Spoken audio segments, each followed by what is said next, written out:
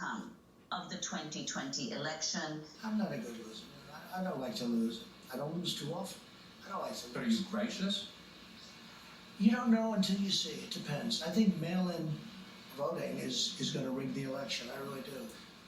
Are you suggesting that you might not accept the results of the election? I have to say, look, Hillary Clinton asked me the same thing.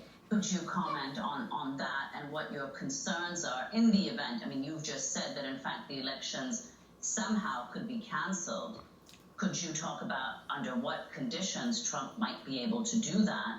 And in the event that they're not canceled, what are your concerns depending on the outcome of the vote, what Trump might do?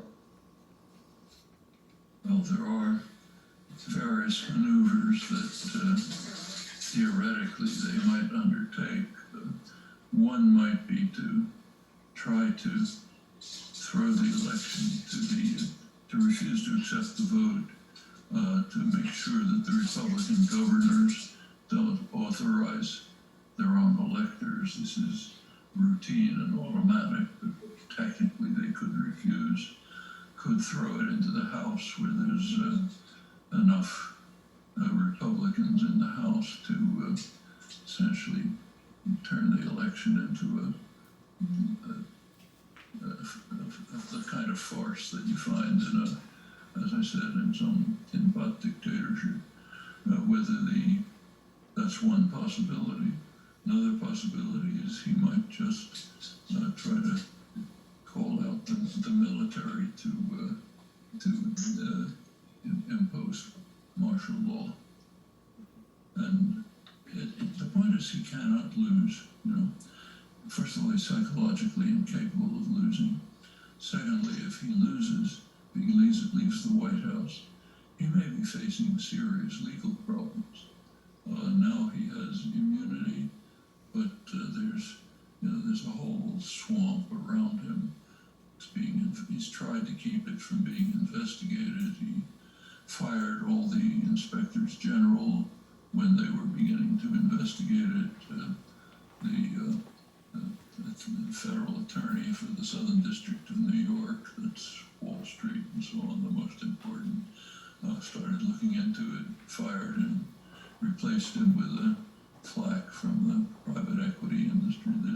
There's nothing you would not do to try to maintain office. Virtually nothing you can think of. And this is a major crisis.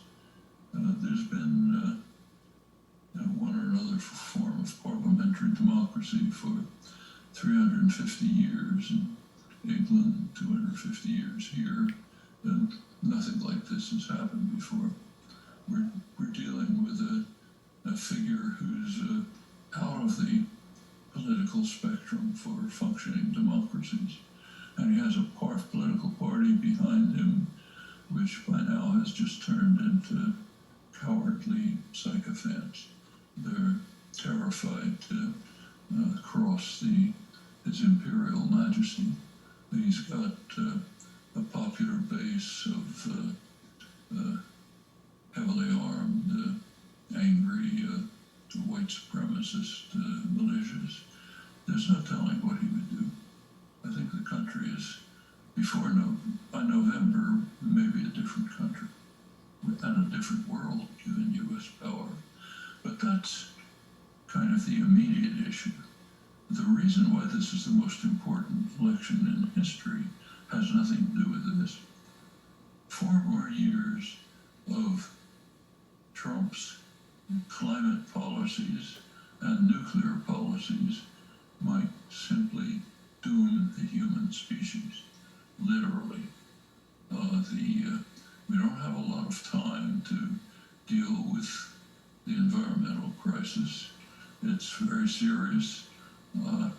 Every prediction that's been made by scientists has been too conservative.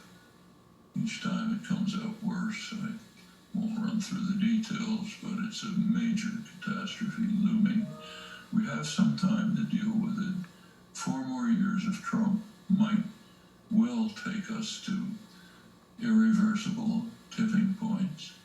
At the very least, it will make it much harder to confront this growing crisis. There's no stopping the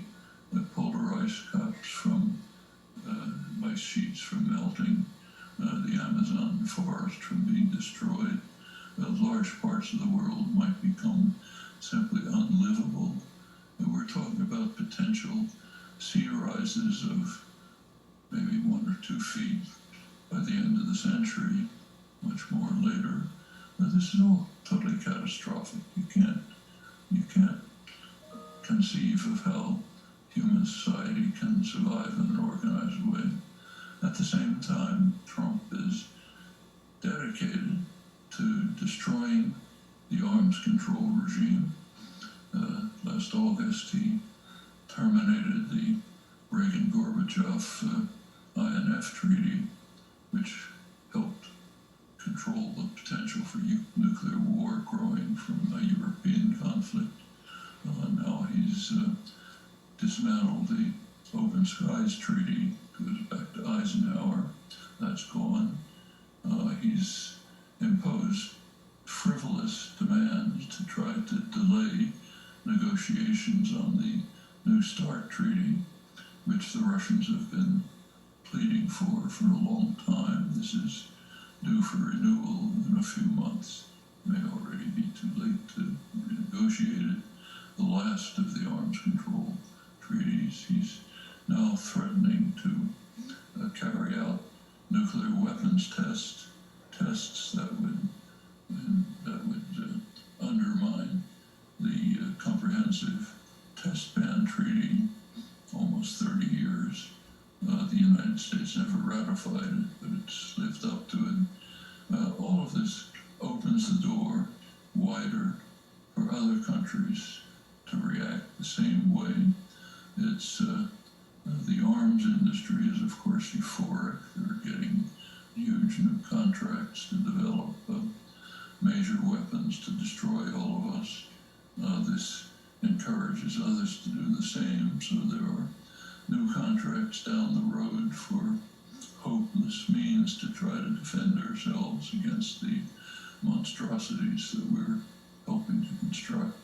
Now, this is Trump racing towards this, apparently enjoying it. It's a kind of, you can't describe it in normal. It's the term you use, sociopath, is perfectly accurate. Whether this can be contained within the constitutional structures of the United States, we don't know. I mean, something similar to this happened in the United Kingdom a couple of months ago.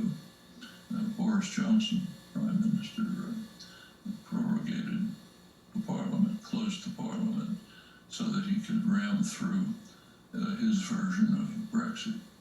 This was regarded by British legal experts as the worst crisis in 350 years.